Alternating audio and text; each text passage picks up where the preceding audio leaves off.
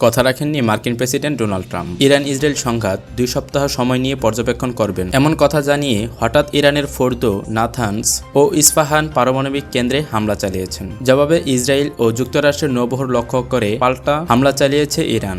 তেল আবিবের Ben Gurion বিমানবন্দর, জৈবিক গবেষণাগার সহ একাধিক গুরুত্বপূর্ণ অবস্থানে অন্তত 30টি মিসাইল হামলা চালিয়েছে তেহরান। হামলাটির ক্ষতিগ্রস্ত মার্কিন নৌবহরটির অবস্থান বাহরাইনে।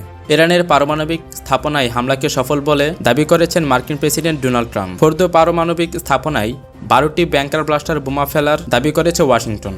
মার্কিন নৌবাহিনীর সাবমেরিন থেকে 30টি TLM ক্রুজ মিসাইলও ছোড়া হয়েছে ইরানের নাতানস আর ইস্পাহান পারমাণবিক স্থাপনায়। এজন্য ট্রাম্পকে অভিনন্দন জানিয়েছেন ইসরায়েলের প্রধানমন্ত্রী বেনিয়ামিন নেতানিয়াহু। ইরান জানিয়েছে এমন পরিস্থিতির আশঙ্কায় আগেই পারমাণবিক উপকরণ সরিয়ে নেওয়া হয়। আন্তর্জাতিক পারমাণবিক শক্তি সংস্থা বলেছে ইরানের 3টি পারমাণবিক স্থাপনায় যুক্তরাষ্ট্র হামলা চালানোর পরও আশেপাশের এলাকায় তেজস্ক্রিয়ার মাত্রা বৃদ্ধির তথ্য পাওয়া যায়নি। এই বিষয়ে সোমবার বিশেষ বৈঠকে বসবে সংস্থাটি।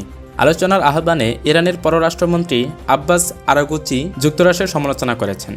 আরাগুচি বলছেন, পারমাণবিক কর্মসূচি নিয়ে সমস্ত আলোচনা ভেস্তে দিয়েছে ওয়াশিংটন। ইসরায়েলের হামলার পর ইউরোপীয় নেতাদের আহ্বানে সাড়া দেয় ইরান। তারপর যুক্তরাষ্ট্রের হামলার পর তার সমস্তটাই পণ্ড হয়ে গেছে বলে মন্তব্য করেন ইরানের পররাষ্ট্রমন্ত্রী। এই পরিস্থিতিতে ইরানের পক্ষ থেকে একের পর এক পাল্টা হামলার হুঁশিয়ার উচ্চারণ হচ্ছে। ইসরায়েল ও যুক্তরাষ্ট্রকে এক চুলো ছাড় দিতে নারাজ ইরান। দেশটির সর্বোচ্চ নেতা আয়াতুল্লাহ আলী খামিনি বলেন, সংঘাতে জড়িয়ে নিজের সর্বনাশ ডেকে এনেছে যুক্তরাষ্ট্র।